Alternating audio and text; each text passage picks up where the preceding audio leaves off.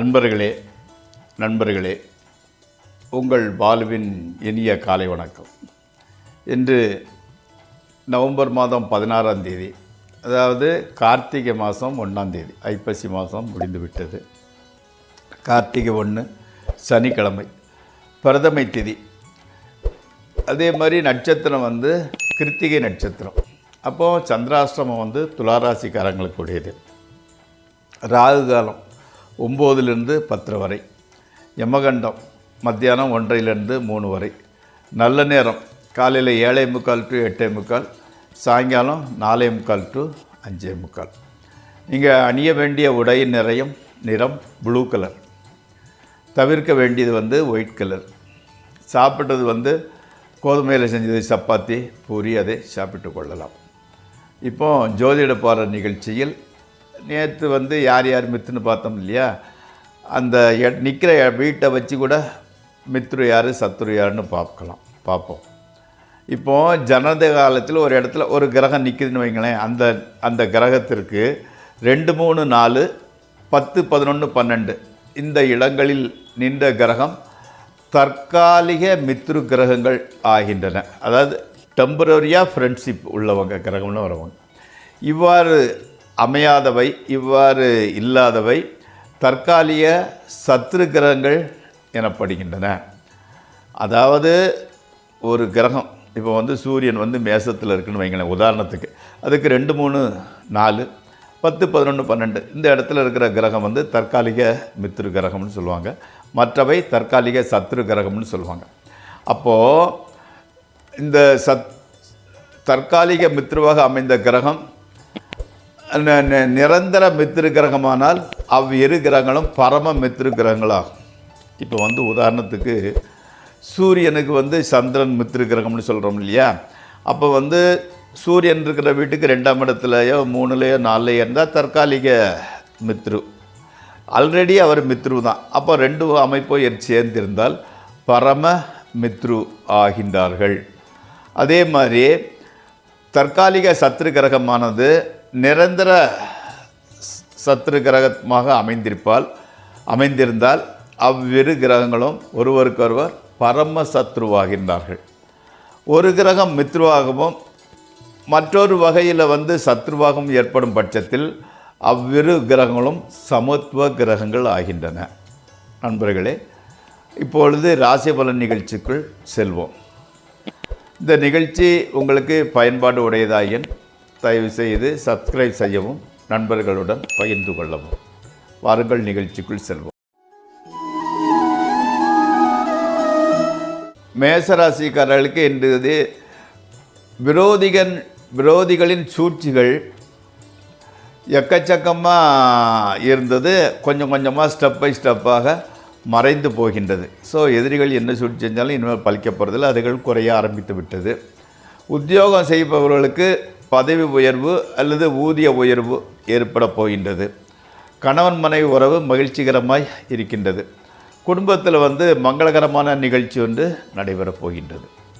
அடுத்து ரிஷபராசி.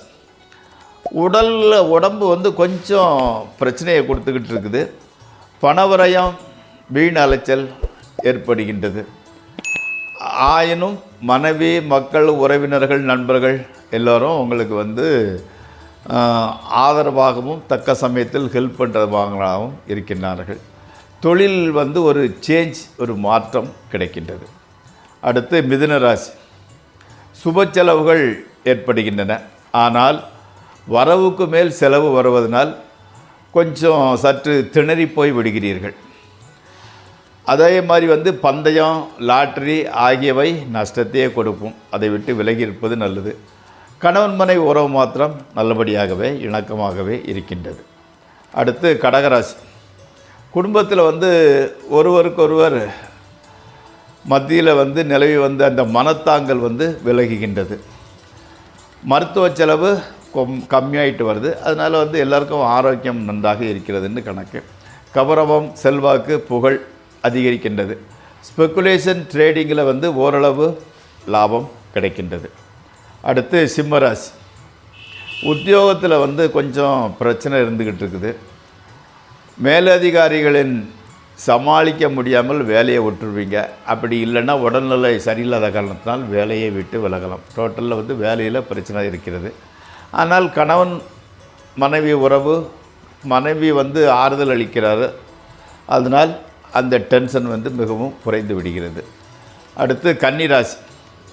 நினைத்தவைகள் அனைத்தும் ஒன்றன் பின் ஒன்றாக நிறைவேற ஆரம்பிக்கின்றது. குடும்பத்தில் வந்து ஒரு புதிய ஜீவன் உருவாகப் போகின்றது. கணவன் மனை உறவு மகிழ்ச்சி நிறைந்ததாகவே இருக்கிறது. கடன் தொல்லைகள் கொஞ்சம் கவலை கொடுத்துக்கிட்டு இருந்தது இல்லையா, அது ரெக்டிஃபை ஆகுது. அதாவது கடன் தொல்லைகள் விலகுகின்றன. அப்போனா கடனை கொடுத்து செட்டில் பண்ணிக்கிங்கிறது கணக்கு. அடுத்து துளாராசி. தீ விபத்து, சின்ன சின்ன வெட்டுக்காயம். இப்போ வெங்காயம் வெட்டும்போது கத்தியை கட் பண்ணிக்கிடுறது, அல்லது நகம் வெட்டும்போது சதையோடு சேர்த்து வெளியே ரத்தம், இந்த மாதிரி சிறு சிறு காயங்கள் உண்டாகின்றன. மனசில் வந்து கெட்ட எண்ணங்கள் தான் உருவாகி கொண்டே வருகிறது. எதிர்பாராத விதமாக கொஞ்சம் செலவுகள் கூட ஜாஸ்தி உண்டாகின்றது. மிகவும் எச்சரிக்கையுடனும் பொறுமையுடனும் நடந்து கொள்ளாவிட்டால் மனைவி, மக்கள், உறவினர்கள் எல்லோரிடமும் ஒரு விரோத மனப்பான்மையே உருவாகும். அடுத்து விருச்சிக ராசி. ஆரோக்கியம் வந்து நல்லபடியாக இருக்கின்றது. திருமணமாகாதவர்களுக்கு திருமணம் நிச்சயமாகின்றது. மக்கள் பேறு உண்டாகின்றது. தொழிலில் நல்ல ஆதாயமும் உற்சாகமும் உண்டாகும். பதவி உயர்வு அல்லது ஊதிய அதிகரிப்பு கண்டிப்பாக இருக்கின்றது. அடுத்து தனுசு ராசி. மனக்கவலை வாட்டி வருகிறது. என்ன கவலைன்னு இல்லை, சும்மா இல்லாததுக்கெல்லாம் கவலைப்படுகிறீர்கள். தொல்லைகள் வந்து கொஞ்சம் ஜாஸ்தியாக வருவது. குடும்பத்தில் வந்து யாராவது ஒருத்தருக்கு வந்து நோய் தொல்லை உண்டாகிறது. பொருள் நஷ்டம் கூட ஏற்படுகிறது. அதே சமயத்தில் மனைவி, மக்கள் ஆதரவாக இருக்கின்றனர். அடுத்து மகர ராசி. திருமணம் ஆகாமல் இருந்தவர்களுக்கு திருமணம் நடைபெறுகிறது. குழந்தை பேர் இல்லாதவர்களுக்கு குழந்தை பேர் ஏற்படுகிறது. பொருளாதார நிலையில் முன்னேற்றம். புதுமனை புகுவதல், நிலம், வாகனம் வாங்குவது, வெளியூர் பிரயாணங்கள் மூலம் நல்ல ஆதாயம் கிடைப்பது முக்கியம் போன்ற நிகழ்வுகள் நடக்கின்றன. அடுத்து கும்பராசி. மருத்துவ செலவுங்கிறது வந்து அளவுக்கு மீறி இருக்கின்றது. மேற்படிப்பை எதிர்பார்த்து காத்திருந்தவர்களுக்கு நல்ல வாய்ப்பு வந்து சேருகின்றது. பிரயாணம் மூலம் பெரிய ஆதாயம்லாம் ஒன்றும் இல்லை, பட் பிரயாணங்கள் அடிக்கடி வந்து கொண்டே தான் இருக்கின்றது. கணவன் மனைவி உறவு மட்டும் மகிழ்ச்சிகரமாகவே இருக்கின்றது. அடுத்து மீனம். வீண் அலைச்சல், மனக்கவலை போன்ற வேளைக்கு உணவு உண்ண முடியாத சூழ்நிலை உண்டாகிறது. மனைவி, மக்கள் மூலம் மாத்திரம் மகிழ்ச்சியே உண்டாகின்றது. பணத்தட்டுப்பாடு வந்து கொஞ்சம் ஜாஸ்தி ஆகிடுச்சு. ஓவர் ஸ்டெப் வச்சு போய்கிட்டு இருக்கிறீங்க. பொருள் வரவில் தடை ஏற்படுகின்றது. மேலதிகாரிகள் ஆதரவாக இருப்பதில்லை. நண்பர்களே, இந்த ராசிபலன் நிகழ்ச்சி இத்துடன் முடிவடைகிறது. நாளை மீண்டும் சந்திப்போம். உங்கள் பால்.